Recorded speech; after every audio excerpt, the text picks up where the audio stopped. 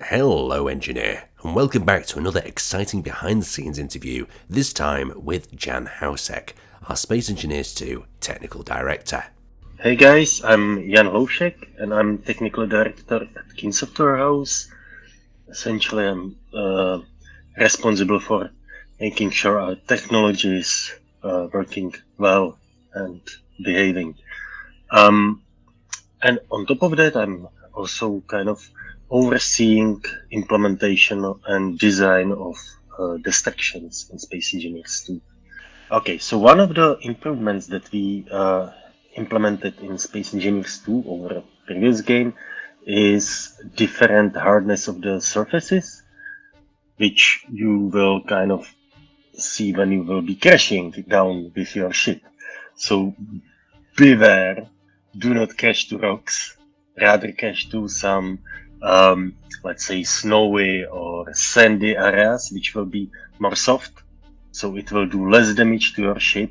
It will of course do a more like bigger impact on the voxels, like bigger crater, but definitely not the rocks, because rocks are hard to damage. They will almost stay intact, but your ship will take a lot of damage. Okay guys, so how does it work? Essentially, when you start to collide with some voxel, we gather like surrounding materials, do some averaging of amount of materials. So even though if you crash not perfectly to the sand, but in the middle of the sand and something else, it will be still kind of averaged, and based on that we will pick the hardness of the surrounding terrain and dig a hole deep enough for your ship and the distraction on the ship. So that's essentially, first we will calculate the hardness of all the surfaces in that area, and then we will decide how much your ship will be damaged compared to how much we will dig into the voxels. So my advice is essentially for your bases to have some sandy area around where you are usually landing, because even when you are not crashing, it's sometimes possible to hit a little bit more harder and it doesn't cost you anything. So just to be on the safe side.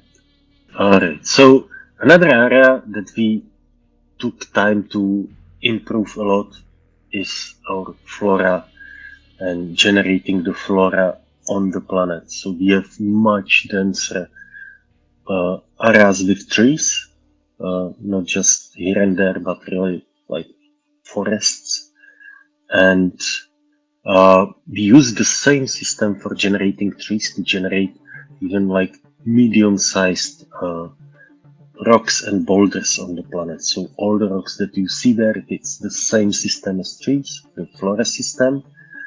And what they have in common, although they look very differently, is that they can be all destroyed. So you can destroy the trees, you can destroy the boulders using either by bumping into them with your ship, or by shooting them or drilling them. All of these cause damage to the trees, and trees will, or rocks will then fall apart into the into the pieces. So that's also kind of like different to previous game, where tree could be just cut down, but in our case they can be cut in middle, essentially same as blocks. They can be fractured into multiple pieces. The visibility of trees is up to like 3-4 kilometers. I think it can be even like increased. And the way how we do it and achieve it in such a large distances is that we are not rendering trees as a triangles anymore in the distance.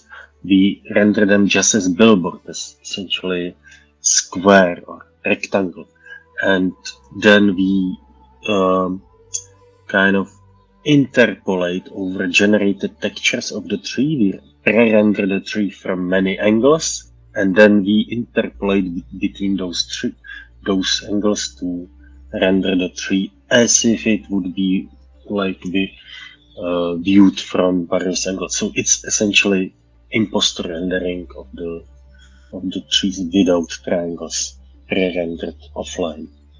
So, and that's of course thanks to our artists, which are supplying all the data for our rendering, including not only models but also offline rendering the trees and making all the models very detailed in close proximity, and then working hard to kind of make them optimized in the distance. So, and that's of course a lot of back and forth.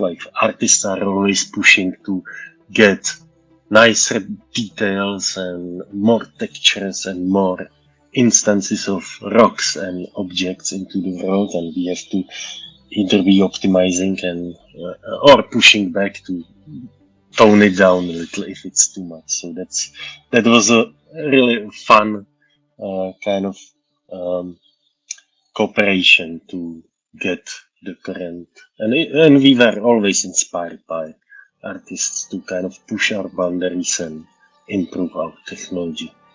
So when you start survival in VS2, you will find yourself at very nice place near the entrance to the cave, by the in the time of really nice sunrise of it's really beautiful view on the landscape. At the moment it's a little bit barren because actually the most of the bottom of the valley should be a sea or water, so, and it's not present at the moment, so that will be much improved once we will release the water in the future. And there are many places like that on the planet. You can just go out and explore, build your bases wherever you feel it's comfortable for you and it's really nice. Just beware, at some point the seabeds will get filled with water, so you better make it waterproof. One of the new cool things we have are volumetric clouds, and not only you can view them from space and it looks beautiful, or view them from the ground and it looks also awesome, you can even walk into them because they are kind of positioned nicely in a way that they just touch the tops of the mountains. And I think it can be a perfect place to put your base in and hide in the clouds. So one of the fun things that we were implementing lately is the Ragdoll when you're dying, and it's always just so fun to watch your character to die when you have Ragdoll. I really just having tons of fun just to fall from the mountain and watch where I landed and how it ended up. So, and of course there is some camera at the end which will show you nicely where you landed. Just beware, make sure that your respawn point is somewhere close, otherwise you are far gone.